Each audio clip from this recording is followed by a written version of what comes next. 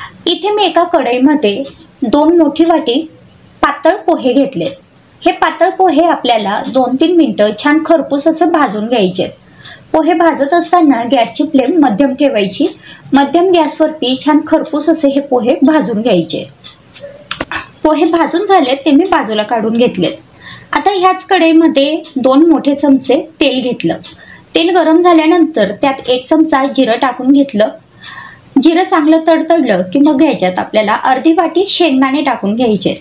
आता शेंगदाणे मध्यम गॅसवरती छान खमंग भाजून घ्यायचे। छान खरपूस भाजले तरच हे शेंगदाणे चांगले लागतात। शेंगदाणे भाजून झालेत, आता याच्यातच मी अर्धी वाटी डाळ्या टाकून घेतल्या किंवा ज्याला आपण पंढरपुरी डाळ म्हणतो, कोणी डाळवं म्हणतात, ते इथे मी टाकून घेतलेले आहेत। आणि हे सुद्धा अगदी 1 मिनिट फक्त या तेलामध्ये परतून घेतले। त्यातच आता 5-7 काजूचे काप टाकून घेतलेले आहेत आणि हे सगळं या तेलामध्ये चांगलं परतून घेते। खूप जास्त वेळ परतायची गरज नाहीये। आता हे सगळं परतून झालं की यात आपल्याला खोबऱ्याचे काप टाकून घ्यायचे। खोबरं खूप लवकर लालसर होतं, त्यामुळे खोबरं टाकलं की लगेचच हे परतून घ्यायचं। गॅसची फ्लेम अगदी कमी ठेवायची। हे पहा, खोबरं आता छान तळून झालेलं आहे आणि लालसर झालेलं आहे। आता याच्यात आपल्याला कढीपत्त्याची पानं टाकून घ्यायची। एक 8-10 कढीपत्त्याची पानं, 2 हिरव्या मिरच्या बारीक चिरून मी इथे टाकून घेतलेल्या आहेत किंवा हिरवी मिरची आपण आवडीप्रमाणे कमी जास्त करू शकतो। इथे मी जे साहित्य वापरते त्यात तुम्हाला हवं ते तुम्ही ॲडही करू शकतात किंवा नसेल घरात तर तुम्ही ते स्किपही करू शकतात। अर्धा चमचा हळद टाकून घेतली, अर्धा चमचा लाल तिखट टाकून घेतलेला आहे आणि आता हे छान एकजीव करून घेते। आता हे सगळे मसाले छान तळले गेले की मग आपण जे पोहे भाजून घेतले होते ते याच्यात टाकून घ्यायचे। गॅसची फ्लेम लो राहू द्यायची किंवा मध्यम ठेवायची। पोहे टाकल्यानंतर हे पोहे या फोडणीमध्ये छान एकजीव करून घेतले। त्यानंतर चवीपुरता मीठ टाकून घेतलं आणि पुन्हा हे छान एकजीव करून घेतले। मध्यम गॅसवरतीच हे पोहे चांगले परतून घ्यायचे, म्हणजे छान खरपूस असे होतात। आता गॅस बंद करायचा। पोहे थोडेसे कोमट झाले की त्यानंतर त्यात पिठी साखर टाकून घ्यायची। पोहे गरम असताना पिठी साखर टाकू नका। आता पिठी साखरेसोबतच तुम्ही याच्यात थोडंसं सायट्रिक ॲसिड सुद्धा टाकू शकतात, अगदी किंचितसं। त्यामुळे गोड आंबट चव ह्या जो चिवडा आहे त्याला येते। तर अशा प्रकारे आपला हा पोहेंचा चिवडा तयार झालाय। इथे मी गॅसवरती एक भांडं गरम करायला ठेवलंय। त्यात 1 वाटी दूध घेतलेलं आहे आणि त्यात 1 वाटी साखर टाकून घेतली आहे। आता ही साखर आपल्याला या दुधात वितळून घ्यायची आहे, तोपर्यंत हे दूध गरम करून घ्यायचं। दूध चांगलं गरम झालंय, साखर सुद्धा वितळलेली आहे। आता याच्यात 1 वाटी तेल टाकून घेतलंय, म्हणजेच 1 वाटी दूध, 1 वाटी साखर आणि 1 वाटी तेल, ह्या तिन्ही गोष्टी मी इथे समप्रमाणात घेतलेल्या आहेत। आता हे तेल ह्या दुधात एकजीव केलं, गॅस बंद केला आणि हे थोडंसं कोमट झाल्यानंतर एका ताटात काढून घेतलं। त्यानंतर याच्यात मावेल एवढा आपल्याला मैदा टाकून घ्यायचा आहे किंवा गव्हाचं पीठ सुद्धा तुम्ही इथे वापरू शकतात। आता हा मैदा ह्या पाण्यामध्ये व्यवस्थित एकजीव करून घ्यायचा आहे आणि आपल्याला घट्ट असं हे मळून घ्यायचं आहे।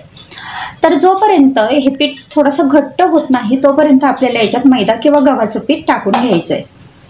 तर हे पहा, हे आता अगदी घट्ट असं झालेलं आहे आणि हे मी चांगलं 5 ते 10 मिनिटं मळून घेणार आहे। तर हे पीठ इथे मळून झालेलं आहे। आता हे मी थोडा वेळ झाकून ठेवणार आहे। तर एक 15 मिनिटं हे पीठ छान झाकून ठेवलं। 15 मिनिटानंतर हे व्यवस्थित सेट झालंय। पुन्हा 1-2 मिनिटं मळून घेतलं। त्यानंतर अशा पद्धतीने एक मोठा गोळा घेतला। ह्या गोळ्याला सुद्धा चांगलं मळून घ्यायचं, म्हणजे छोट्या प्रमाणात हा गोळा घेतला तर लवकर मळला जातो। आता आपल्याला याची छान पोळी लाटून घ्यायची आहे। तर जाडसर अशी पोळी लाटायची। ही लाटत असताना पीठ लावण्याची अजिबात आवश्यकता पडत नाही, कारण आपण या मिश्रणात भरपूर तेल टाकलेलं आहे, त्यामुळे हे अगदी अलगद असं लाटलं जातं। थोडंसं जाडच ठेवायचं आणि त्यानंतर याचे शंकरपाळे आपल्याला हवे त्या आकारात कापून घ्यायचे। तर हे पहा, इथे मी छान चौकोनी आकारात हे शंकरपाळे कट करून घेतले। तुम्हाला हवं तर ह्या गोल पोळीचं तुम्ही आधी चौकोनी आकार देऊन मग शंकरपाळे कट केले तरी चालेल। आता हे तळण्यासाठी मी तूप गरम करायला ठेवलंय। तूप अगदी चांगलं गरम झालं की त्याच्यात हे शंकरपाळे टाकायचे आणि त्यानंतर गॅसची फ्लेम लो करायची। लो गॅसवरती आपल्याला हे शंकरपाळे छान खमंग असे तळून घ्यायचे। हे शंकरपाळे तळत असतानाच तुमच्या लक्षात येईल छान याला जे पदर किंवा पूड आपण म्हणतो तसे छान सुटायला लागतात आणि छान गोल्डन ब्राऊन रंगावर येतील इथपर्यंत हे मंद गॅसवरती किंवा मध्यम गॅसवरती तळायचे. हाय फ्लेमवर तळू नका, नाहीतर ते आतमध्ये कच्चेच राहतील. तर आता हे शंकरपाळे छान तळून झालेले आहेत, अगदी सोनेरी रंगावरती आलेले आहेत, तुम्ही बघू शकताय. आणि हे छान तळले गेले की अजिबात तेलकट होत नाहीत, खूप छान हे चवीला लागतात. तर अशा पद्धतीने हे जे शंकरपाळे आहेत, गोड शंकरपाळे इथे तयार झाले. तर ही शेव बनवण्यासाठी इथे मी 1 किलो बेसन पीठ घेतलेलं आहे. हे बेसन पीठ आपण कुठल्याही कंपनीचं वापरू शकतो किंवा मग आपली घरची चणा डाळ दळून आणली तरीही चालेल. तर हे बेसन पीठ मी छान चाळून घेते, जेणेकरून त्याच्यात काही कचरा असेल किंवा गाठी असतील ते निघून जातील. आता याच्यात मी 3.5 चमचे ओवांची पावडर टाकून घेतलेले आहे. ओवा मिक्सरमधून बारीक करून त्या चाळून घेतल्या होत्या आणि ह्याप्रमाणे ओवांची भुकटी तयार झाली आणि ती मी आता याच्यात टाकून घेतलेली आहे. 1 ते 1.5 चमचा मी इथे लाल तिखट टाकून घेतलेला आहे आणि अर्धा चमचा हळद टाकून घेतली आहे. तर आता लाल तिखटाची क्वांटिटी आपण आपल्या आवडीनुसार घेऊ शकतो. ओवांची सुद्धा क्वांटिटी तुम्ही तुमच्या आवडीनुसार कमी जास्त करू शकता. त्यानंतर चवीपुरता मीठ टाकायचं आहे आणि थोडासा हिंग म्हणजे पाव चमचा हिंग टाकायचा आहे. कुठलीही वातुळ गोष्ट असली की त्याच्यात जर हिंग टाकला तर त्याचा वातुळपणा थोडा कमी होतो, म्हणून इथे मी थोडासा हिंग टाकून घेतलाय. आता हे सगळं मी एकजीव करून घेते. यानंतर आपल्याला इथे 200 ml तेल टाकून घ्यायचं आहे. 1 किलो पिठासाठी 200 ml तेल वापरायचं, अगदी व्यवस्थित प्रमाण आहे. आता 200 ml तेल म्हणजे आपला जो पोहे खाण्याचा चमचा असतो तो चमचा 13 ते 15 चमचे एवढं तेल मी इथे हे टाकून घेतलेलं आहे. आणि आता हे तेल व्यवस्थित ह्या पिठाला लागेल अशा पद्धतीने एकजीव करून घ्यायचंय. यानंतर थोडं थोडं पाणी वापरून आपल्याला याचा गोळा तयार करून घ्यायचा आहे, म्हणजे हे पीठ भिजवून घ्यायचं आहे. बेसन पीठ असल्यामुळे अगदी कमी पाणी लागतं, कमी पाण्यातच आपल्याला हे बेसन पीठ भिजवायचं असतं आणि थोडं थोडं पाणी टाकायचं, जेणेकरून आपल्याला अंदाज येतो की अजून आपल्याला किती पाणी वापरायचं आहे. आता हे पीठ भिजताना हे पीठ थोडंसं सैल आपल्याला भिजवून घ्यायचं असतं. जशी आपली पोळ्यांची कणिक असते ना, त्यापेक्षा थोडंसं सैल असं हे पीठ भिजवून घ्यायचं, जेणेकरून शेव बनवायला आपल्याला सोपं जाईल. तर अशा पद्धतीने मी इथे हे शेवेसाठीचं पीठ तयार करून घेतलेलं आहे, तुम्ही बघू शकताय.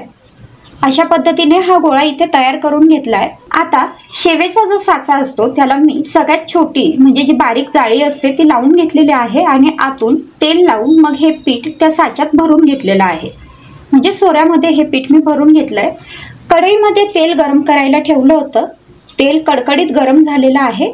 आता अशा पद्धतीने मी ही शेव ह्या कढईमध्ये टाकून घेते. तर अशा पद्धतीने ही शेव मी इथे कढईमध्ये टाकून घेतलेली आहे. तेल कडकडीत गरम आहे, गॅस मध्यम ठेवायचा आहे आणि त्यानंतर आता ही शेव आपल्याला दोन्ही बाजूनी छान तळून घ्यायची आहे. शेव बनवताना कधीही असं पसरट भांडं घ्यायचं, जेणेकरून ही शेव तळायला सोपी जाते आणि तेलही कमी लागतं. तर अशा पद्धतीने मी ही शेव छान दोन्ही बाजूने आलटून पालटून तळून घेते. मध्यम गॅसवरती मी ही शेव तळून घेते. शेव टाकताना फक्त गॅसची फ्लेम हाय ठेवायची आणि नंतर गॅसची फ्लेम मध्यम करायची. अशा पद्धतीने ही शेव इथे तळून झालेली आहे. आता मी उरलेली बाकी सगळी शेव छान ह्याच पद्धतीने तळून घेणार आहे. ही शेव बनवायला अतिशय सोपी आहे, खूप जास्त वेळ लागत नाही. 20 ते 25 मिनिटात तुम्ही 1 किलो शेव बनवू शकता, एवढी ही सोपी पद्धत आहे. तर सगळ्यात आधी आपण भाजणी तयार करून घेऊ. तर ही चकलीची भाजणी बनवण्यासाठी इथे मी घेतले 8 वाटी तांदूळ, म्हणजे 1.5 किलो हे तांदूळ आहेत. 4 वाटी घेतली हरभरा डाळ, म्हणजे पाऊण किलो हरभरा डाळ. आता इथे 1.5 वाटी मी मुगाची डाळ घेतली आहे आणि पाऊण वाटी घेतली उडदाची डाळ. म्हणजे तांदूळच्या निम्मे आपल्याला घ्यायची हरभरा डाळ आणि मूग डाळीच्या निम्मे घ्यायची उडीद डाळ. त्यानंतर 1 वाटी मी घेतलेत पोहे, अर्धी वाटी घेतलेत धने, पाव वाटी मी इथे साबुदाणे घेतलेत, म्हणजे साधारण 2 चमचे हे साबुदाणे आहेत आणि सोबतच पाव वाटी जिरं घेतलंय, म्हणजे 2 चमचे जिरं. आता हे जे डाळी आणि तांदूळ आहेत हे आपल्याला स्वच्छ धुवून घ्यायचे आहेत. आधी स्वच्छ निवडून घ्यायचे आणि मग हे धुवून घ्यायचे. हे तांदूळ धुवून झाले की मग अशा एखाद्या स्वच्छ कापडावरती हे फॅन खाली पसरवून ठेवायचे. हे आणि एक 4 ते 5 तास हे छान वाळू द्यायचे. म्हणजे याच्यातलं जे पण पाणी असेल ते संपूर्ण हे वाळलं पाहिजे. तर अशा पद्धतीने मी इथे हे तांदूळ आणि डाळी पसरवून ठेवलेले आहेत. 4 तासानंतर मी हे सगळे जे जिन्नस आहेत ते भाजून घेणार आहे. तर सगळ्यात आधी मी इथे तांदूळ भाजून घेते. ह्या सगळ्या डाळी आणि तांदूळ आपल्याला मध्यम गॅसवरती भाजून घ्यायचे असतात. अशा पद्धतीने मी हे तांदूळ भाजून घेते. आता तांदूळ भाजलेत की नाही हे चेक करण्यासाठी या पद्धतीने हातात घ्यायचे आणि थोडेसे असे चुरून बघायचे. तांदूळ जर चुरले जात असतील तर मग हे व्यवस्थित भाजलेत असं समजायचं. तर आता इथे हे तांदूळ छान भाजून झालेले आहेत. हे मी बाजूला काढून घेते आणि ह्याच कढईत आता मी डाळ भाजून घेते. तर ही मुगाची डाळ आहे. हे पण मी छान भाजून घेते. मध्यम गॅसवरती भाजायची आहे. डाळीचा रंग बदलेल आणि ती थोडीशी कडक होईल इथपर्यंत आपण ही भाजून घ्यायची असते. तुम्ही बघू शकताय डाळ पण इथे भाजून झालेली आहे. आता ही डाळ मी बाजूला काढून घेते आणि त्याच्यातच आता हरभऱ्याची डाळ भाजून घेते. अशा पद्धतीने हरभऱ्याची डाळ सुद्धा इथे भाजून झालेली आहे. ह्याच्यातच आता उडदाची डाळ भाजून घ्यायची आहे. उडीद डाळीनंतर पोहे, साबुदाणे आणि जिरं, धने हे सगळं आपल्याला छान भाजून घ्यायचंय. छान खरपूस असं भाजून घ्यायचंय. तर आता इथे मी हे सगळे जिन्नस भाजून घेतलेले आहेत. हे आपण आता थोडेसे थंड होऊ द्यायचेत आणि मग नंतर हे दळून आणायचे. आता ही भाजणी दळताना नेहमी आपण घरून थोडीशी डाळ आणि तांदूळ एकत्र करून घेऊन जायचे आणि आधी ते डाळ तांदूळ दळायचे त्याच्यावरती ही भाजणी दळून घ्यायची. गव्हावरती किंवा मग ज्वारी बाजरीवरती ही भाजणी दळायची नाही. आता ही भाजणी मी सगळी दळून आणलेली आहे आणि ह्या भाजणीतलं 4 वाटी पीठ मी इथे काढून घेतलंय. ही जी वाटी तुम्हाला दाखवली आहे या वाटीच्या मापाने 4 वाटी पीठ मी या परातीमध्ये काढून घेतलेलं आहे. म्हणजे साधारण अर्धा किलो हे पीठ आहे. आता याच्यात 2 चमचे मी ओवा टाकून घेते. तर ह्या ओवा आधी मिक्सरमधनं थोड्याशा जाड्या भरड्या अशा फिरवून घ्यायच्या आणि मग या इथे भाजणीमध्ये किंवा आपल्या ह्या चकलीमध्ये वापरायच्या जेणेकरून ओवांचा स्वाद अजून वाढतो. त्यानंतर 4 चमचे मी इथे तीळ टाकून घेतलेले आहेत. तुमच्याकडे जे तीळ असतील तुम्ही ते इथे वापरा. पांढरे तीळ वापरले तरी चालेल किंवा मग आपले जे गावरानी तीळ असतात ते वापरले तरी चालेल. मी इथे आपले घरचे जे गावरानी तीळ असतात ते वापरलेले आहेत. चवीपुरता मीठ टाकून घेतलंय आणि पाव चमचा मी इथे हिंग टाकून घेतलाय. त्यानंतर 2 ते 2.5 चमचे मी इथे लाल तिखट टाकून घेतलंय. तर तिखटाचं जे प्रमाण असेल ते तुम्ही तुमच्या आवडीनुसार घेऊ शकता. पाव चमचा हळद टाकून घेतलेली आहे. आता हे सगळे व्यवस्थित एकजीव करून घ्यायचंय. पिठामध्ये हे सगळं व्यवस्थित मिक्स झालं पाहिजे अशा पद्धतीने. आता याच्यात मी तेल टाकून घेते. तर तेलाचं प्रमाण एका वाटीसाठी 2 चमचे एवढं मी इथे घेतलेलं आहे. म्हणजे हे अर्धा किलो पिठासाठी मी जवळपास 40 ml एवढं तेल वापरलेलं आहे. तर अशा पद्धतीने मी हे सगळं तेल इथे टाकून घेतलेलं आहे आणि हे तेल सुद्धा या पिठामध्ये छान एकजीव करून घ्यायचंय. आता तेल छान एकजीव झालेलं आहे. आता हे पीठ मळून घेण्यासाठी आपल्याला गरम पाणी वापरायचं आहे. गार पाणी इथे वापरायचं नाही. थोडंसं गरम असं पाणी वापरायचंय. तर थोडं थोडं आपल्या अंदाजाने पाणी टाकत जायचं आणि मी इथे चमच्याने मिक्स करून घेते कारण सुरुवातीला पाणी थोडंसं गरम असतं. आता मी ह्या पद्धतीने हे पीठ मळून घेते.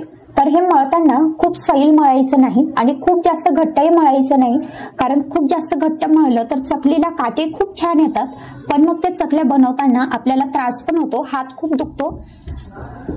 अशा पद्धतीने मी हे पीठ मळून घेतलेलं आहे. तुम्ही बघू शकताय खूप सैल असं मळलेलं नाहीये आणि खूप घट्टही मळलेलं नाहीये. आपल्याला चकल्या बनवायला सोप्या जातील इतपत हे पीठ मी इथे मळून घेतलेलं आहे. ह्या स्टेजला आपण हे पीठ थोडंसं खाऊन बघू शकतो तिखट मिठाचं प्रमाण बरोबर आहे की नाही आणि जर कमी वाटत असेल तर मग आपण इथे ऍड करू शकतो. तर आता हे पीठ इथे तयार आहे. हे मी एक 15 मिनिटं झाकून ठेवते. तर आता 15 मिनिटानंतर हे पीठ थोडंसं कडक झालेलं आहे. याच्यातलं जे पाणी होतं ते शोषलं गेलेलं आहे. त्यामुळे हे पीठ मी पुन्हा एकदा अगदी थोडंसं पाणी टाकून मळून घेते. तर अशा पद्धतीने आता आपलं हे चकलींसाठीचं भाजणीचं पीठ तयार झालेलं आहे. आता यातला एक गोळा घेऊन मी ह्या पद्धतीने हा थोडासा हातावरती मळून घेते. जेणेकरून तुम्हाला साच्यामध्ये भरायला सोपा जाईल। त्यानंतर इथे चकलीचा जो सोऱ्या असतो म्हणजे चकलीचा साचा असतो तर त्याला आतून तेल लावून घेतलेला आहे। आता याच्यात जे पीठ मी मळून घेतलं होतं ते या सोऱ्यामध्ये अशा पद्धतीने भरून घेते।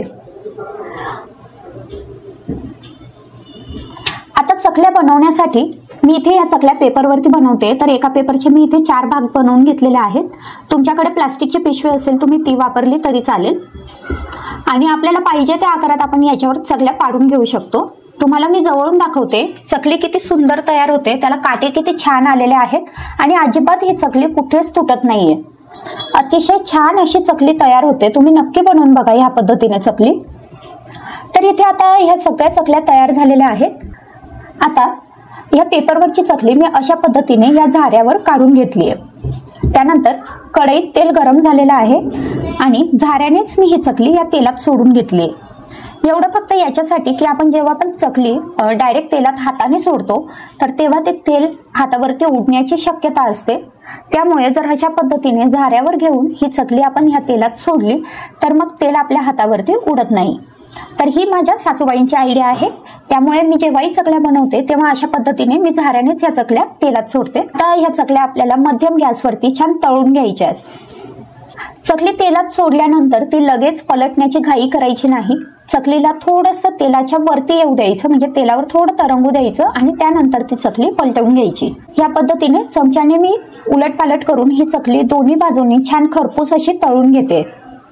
गॅसची फ्लेम मध्यमच ठेवायची चकली तळताना। तुम्ही बघू शकतायत ह्या चकल्या इथे तळून झालेल्या आहेत, किती सुंदर या चकल्या दिसतायत, अगदी बघूनच लगेच खाव्याशा वाटतात आणि अगदी छान चकल्या तयार होतात, खरपूस तयार होतात आणि घरगुती असतात, त्यामुळे त्या पौष्टिकही असतात, स्वस्तात पडतात। शिवाय आपण घरगुती कुठलाही पदार्थ बनवला तर तो आपल्याला खूप स्वस्त पडतो। तर अशा पद्धतीने मी या सगळ्या चकल्या इथे तळून घेतलेल्या आहेत। बेसन लाडू बनवण्यासाठी एका कढईमध्ये 4 ते 5 चमचे तूप घेतलं। शक्यतो जाडबुडाची कढई इथे आपल्याला वापरायची आहे। तूप पूर्णपणे वितळल्यानंतर याच्यात आपल्याला 2 वाटी बेसन पीठ टाकून घ्यायचंय। आता हे बेसन पीठ या तुपामध्ये छान भाजून घ्यायचंय। गॅसची फ्लेम मध्यम ठेवायची, मध्यम गॅसवरती हे पीठ छान भाजून घ्यायचंय। आवश्यकतेनुसार अधूनमधून याच्यात आपण तूप टाकू शकतो। तर ह्या पद्धतीने मी पुन्हा याच्यात 1 चमचा तूप टाकून घेतलंय। तूप टाकल्यानंतर पुन्हा हे मध्यम गॅसवरती भाजून घ्यायचंय। प्रत्येक 5 मिनिटानंतर याच्यात 1 चमचा तूप टाकायचंय आणि हे छान भाजून घ्यायचंय। तर ह्या पद्धतीने मी एकूण 20 ते 25 मिनिटं हे जे बेसन पीठ आहे ते छान भाजून घेतलंय। या पद्धतीने बेसन पिठाला पूर्णपणे तूप सुटायला लागेल आणि त्याचा रंग बदलेल इथपर्यंत आपल्याला हे भाजून घ्यायचंय। तर हे पहा, तुम्ही बघू शकतायत हे जे बेसन पीठ आहे याला आता छान तूप सुटायला लागलंय, हे बऱ्यापैकी आता पातळ झालेलं आहे। आता गॅस बंद करायचा आहे आणि हे बेसन पीठ एखाद्या ताटात काढून घ्यायचंय। या ताटामध्ये हे बेसन पीठ थोडंसं थंड होऊ द्यायचंय। बेसन पीठ थोडंसं थंड झालेलं आहे म्हणजे कोमट झालंय। आता याच्यात मी अर्धा चमचा वेलची पूड टाकून घेतलेली आहे।